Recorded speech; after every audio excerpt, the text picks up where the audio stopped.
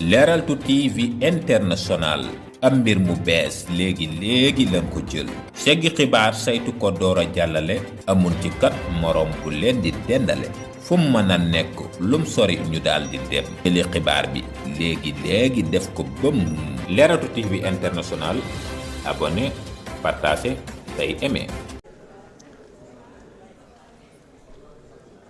Monsieur Amadou Ba, numéro 2, auteur de la proposition de loi, avez-vous des observations de forme à faire sur le rapport?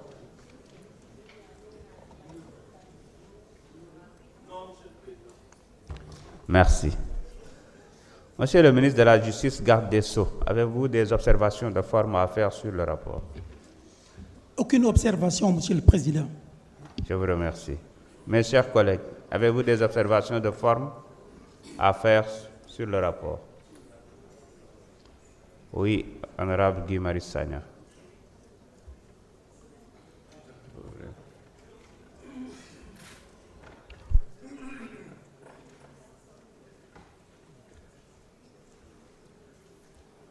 Jërëjëf Monsieur le Président, Monsieur le Ministre, Messieurs les ministres, nuyu naa leen samay mbokk député nuyu naa leen Madame la rapporteure am na benn tomb boo xam ne il faut mu bokk ci rapport bi donte amul solo pour ñun baax na fi ak téeméeri at ay nit bu ñuy lire rapport bi ñu xam ne député Pastef yépp yi nekkoon ci commission bi voté nañ lii waaye balaa ñoo kaa voté wax nañ ki nga xam ne président Bassirou Diomaye Diakhar Faye moom la yebal muy monsieur le ministre de la justice ne ko ndax teesante ak diirante mbagg war naa tax ngay wàccee président Bassirou Diomaye Diakhar Faye jar na muy wàccee président de la République à hauteur du premier ministre et à hauteur du président de l'Assemblée nationale. wax nañ ko ne ko article 37 mu ngi bokk ci article 37 mu ngi bokk ci article 37 mu ngi bokk ci honorable article 37 mu ngi bokk ci titre 3 de la Constitution. Honorable, je pense que ça vous pouvez développer après. On reste juste sur la forme du rapport. Non. C'était dans le débat en commission. Donc c'est une omission. Ceux qui se prononcent là, ils n'étaient pas en commission. Allez-y. Dafa am solo ñu wax ne ñun voté nañ ko ngir wane ne tiituñu déclaration à l'entrée et à la sortie du président de l'Assemblée nationale et du premier ministre waaye wax nañ ki nga xam ne Diomaye moom la yebal ne ko article 3 de la Constitution mu ngi bokk ci titre article 37 mu ngi bokk ci titre 3 de la Constitution bi tudd du président de la République et que donc boo dugalee foofu président Assemblée nationale ak premier ministre yaa ngi jël président de la République wàccee ko au niveau du premier ministre wàccee ko au niveau du président de l'Assemblée nationale nekku leen fi woon ngeen di fen donc loolu wax nañ ko monsieur le ministre ne ko président Diomaye moo am la lourde responsabilité jël président de la République wàcce ko au niveau du premier ministre et président de l'Assemblée nationale yokk amendement boo xam ne ci pàcc boo xam ne article plutôt titre 3 de la Constitution mu ngi tudd du président de la République waaye ñun de dérangé wuñu bu dee ñun ngay xool ndax ñun dañoo ragal président Assemblée nationale ak premier ministre def déclaration à la sortie ba président Diomaye di def une vile manœuvre ñun dinañ la ko votel waaye pour l'histoire na ngeen xam ne c'est la majorité de l'exécutif le pouvoir exécutif moo jël la responsabilité dugal ko foofu sénégalais yi xam ko li am ëllëg justice lu mu munti wax ëllëg ak ñeneen lu ñu munti ñëw suñu ginnaaw député Pastef yi duñu ay njogaan wax nañ ko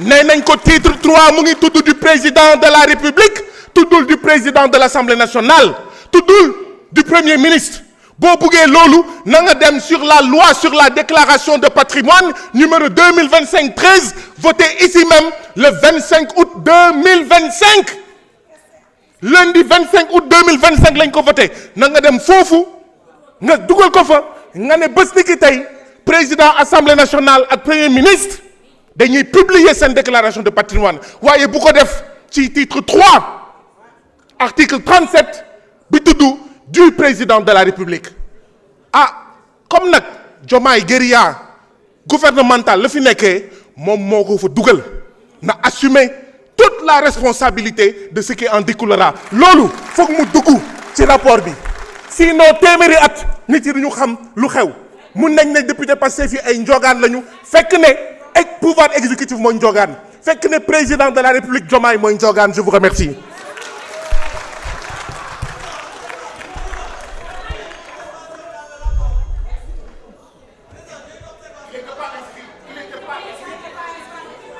Non, non, attendez, s'il vous plaît.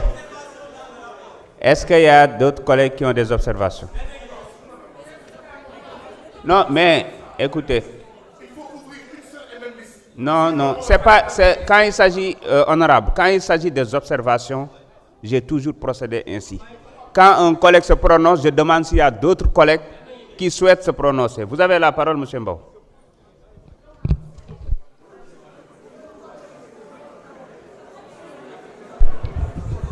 Je rappelle que c'est sur la forme.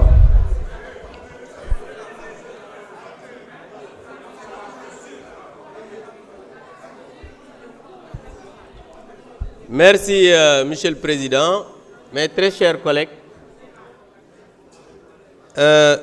j'ai, Monsieur le Président, des observations de forme loo xam ne nekkul ci rapport bi aussi il faut que ma wax ko fii parce que amendement bi il faut que aussi sénégalais yi xam ne bi ñuy indi projet de loi bi ci forme bi ñoom defuñu woon ci biir déclaration de sortie bu président assemblée nationale bi nga xam ne moom la ñu wax ne moom la ñu fal fii muy Ousmane Sonko ñoom dañoo bindoon ne président Bassirou Diomaye Faye bu ñëwee na déclarer ce patrimoine waaye à la sortie na déclarer waaye ki nga xam ne mooy président Pastef moom déclaration patrimoine am dina ko def à l'entrée te kenn du ko xam OFNAC la nekk à la sortie bu mu def dara ñoom loolu la ñu waxoon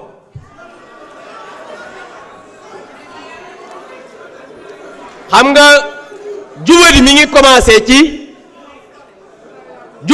jubadi mi ngi commencé parce que yàgg naa leen wax ne ñii dañoo jubadi lëndëm nañu te seen dara leerul la preuve mooy président Pastef dégg ngeen ko démb moo tax ñëwul tey toute la nuit il a passé à manipuler les populations.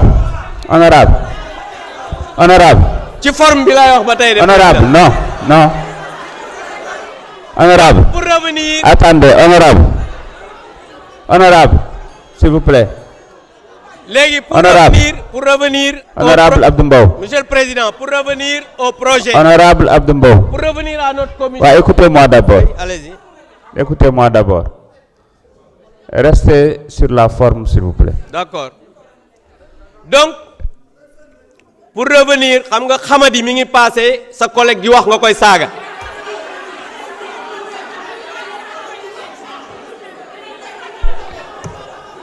S'il vous plaît. Vous allez souffrir en m'écoutant. Donc bi soo gisee suñu collègue bi ñëw léegi ci forme bi di wax ne amendement bi gouvernement bi indi ñoom dañu ko accepter contre leur cœur parce que ñoom ci seen bopp wax nañ ci biir commission ba loolu nekkul ci rapport bi ne ministre bi dafa indi amendement bi pour piéger leen parce que ñoo d'accord ñu parce que dañu arrêté loolu waxu leen ko yéen da ngeen a arrêté suspendre pour dem waxtaani seen biir après bi ngeen waxtaanee ba pare xam nga problème bi mooy comme yéen amu leen jaanu biir li ngeen di wax lépp da ngeen koy wax ci biir commission bi ñëpp xam ko am ñu ñëw daan ne ba ngeen di waxtaan da ngeen ne su ngeen ko accepté wul sénégalais yi day mel ne da ngeen di nekk di ni ñu koy waxati ki nga xam ne mooy seen président assemblée nationale da ngeen koy làq pour génne li nga xam ne moom mooy président de la république lii comme parce que le ministre est là li may wax dafa am seede donc ils sont venus ici pour expliquer aux Sénégalais que ñoom li nga xamante ni nii moom la ñu accepté maanaam cet amendement là ils l'ont accepté contre leur gré et le seul ki nga xamante ni nii tey mooy pâtir dans cette affaire là mooy le peuple sénégalais loolu laa amoon pour wax ko ñu def ko ci biir rapport bi. Merci. Y a-t-il d'autres observations de forme? Il y a d'autres collègues qui ont des observations? Non, mais écoutez.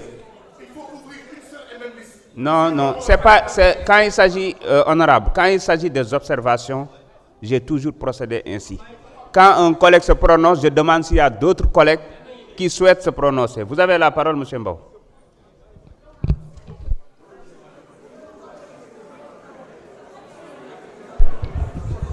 Je rappelle que c'est sur la forme.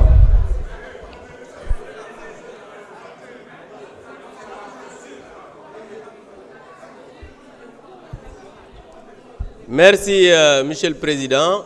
Mes très chers collègues, j'ai, Monsieur le Président, des observations de forme loo xam ne nekkul ci rapport bi aussi il faut que ma wax ko fii parce que amendement bi il faut que aussi sénégalais yi xam ne bi ñuy indi projet de loi bi ci forme bi ñoom defuñu woon ci biir déclaration de sortie bu président assemblée nationale bi nga xam ne moom la ñu wax ne moom la ñu fal fii muy Ousmane Sonko ñoom dañoo bindoon ne président Bassirou Diomaye Faye bu ñëwee na déclarer ce patrimoine waaye à la sortie na déclarer waaye ki nga xam ne mooy président Pastef moom déclaration patrimoine am dina ko def à l'entrée te kenn du ko xam OFNAC la nekk à la sortie bu mu def dara ñoom loolu la ñu waxoon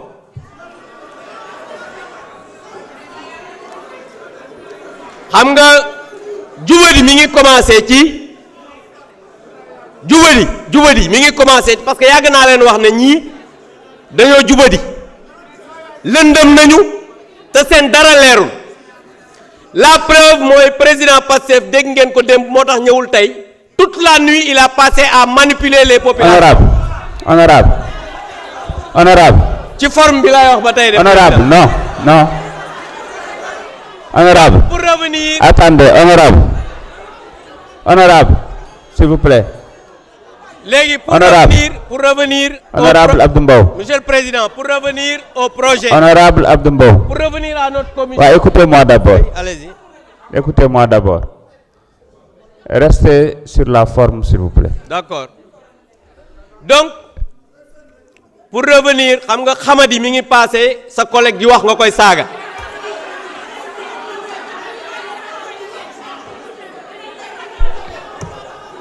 S'il vous plaît. Vous allez souffrir en m'écoutant.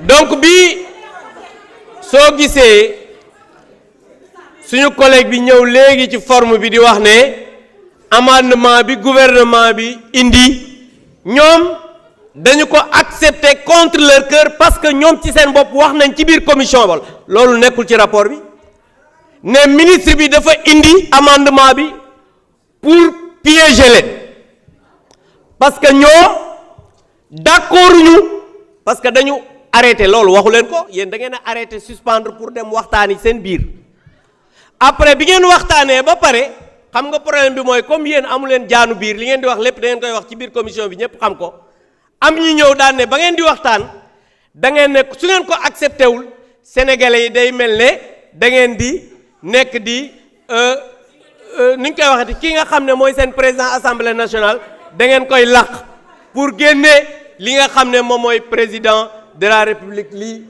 comme parce que le ministre est là li may wax dafa am seede donc ils sont venus ici pour expliquer aux Sénégalais que ñoom li nga xamante ni nii moom la ñu accepté maanaam cet amendement là ils l'ont accepté contre leur gré et le seul ki nga xamante ni nii tey mooy pâtir dans cette affaire là mooy le peuple sénégalais loolu laa amoon pour wax ko ñu def ko ci biir rapport bi. Merci. Y a-t-il d'autres observations de forme? Merci beaucoup. Madame le rapporteur, vous avez la parole.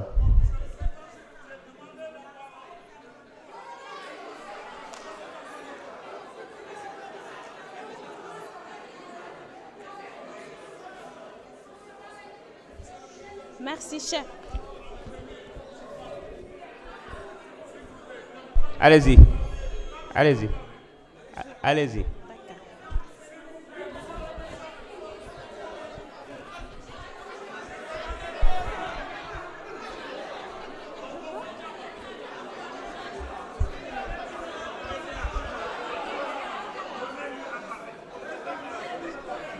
Honorable, c'est quelle vous avez une observation sur la forme. Il s'agit de quoi? Allez-y, venez.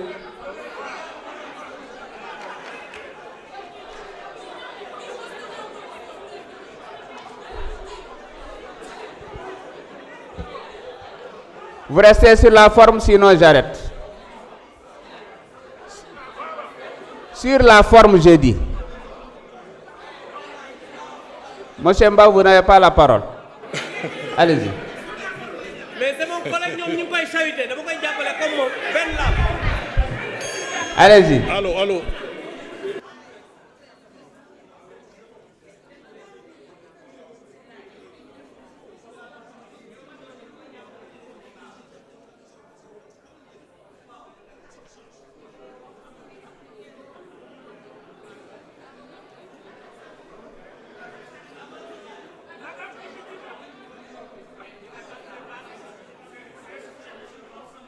Vous avez fait exprès en quoi? Ça marche. Allô. Merci. Allez-y. Monsieur le Président, Michel Mignon, une loi aussi importante, logiquement, c'est soi-disant le président que vous avez élu qui doit être ici. Ça, non, ça, c'est pas votre problème. Restez sur la forme. Deuxième chose. Ça, c'est pas votre problème. Restez sur la forme, sinon je vous retire la parole. Deuxième pas chose. Votre problème. Deuxième chose.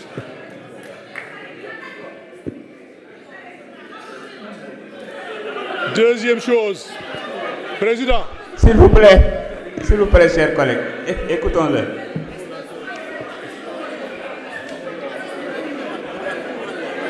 Mais nañu noppi. Vous faites S'il vous plaît, chers collègues. Allez-y. Non, nañu noppi d'abord. Nañu noppi.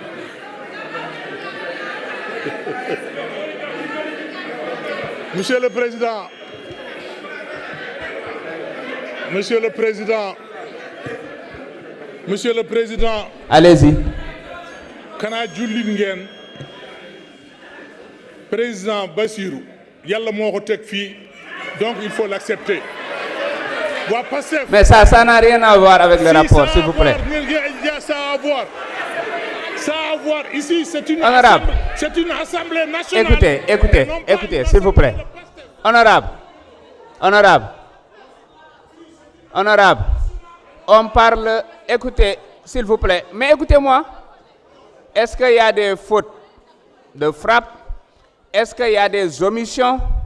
Ou est-ce qu'il y a quelque chose qui a été rajouté et qui ne devait pas être mentionné sur le rapport? Restez sur la forme, s'il vous plaît. Les députés de Pastef là, vous les avez laissés faire des discours pendant 5 minutes. Non, il a parlé d'une omission. C'est différent. Ça, c'est omission. L'autre aussi a voulu parler d'une omission.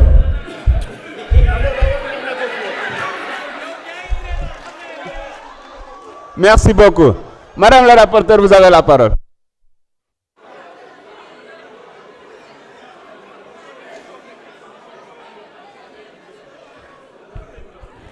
Merci, Monsieur le Président. Merci, chers collègues. Certaines de vos suggestions seront prises en compte, notamment celui de l'honorable député Guy Marius Sagna qui a été omis. D'autres aussi seront prises en compte, mais des suggestions qui n'étaient pas à l'ordre du jour ne seront pas prises en compte. Je vous remercie. xibaar ke mbodna to a leer mene na Leral 2 TV International ndax nun we nan ginooxa Leral 2 TV International xibaar nu bëggoona nan rek nangi defa Leral 2 TV International in we laya nun joko njal na anan ginooxale nun nan gin wa Leral 2 TV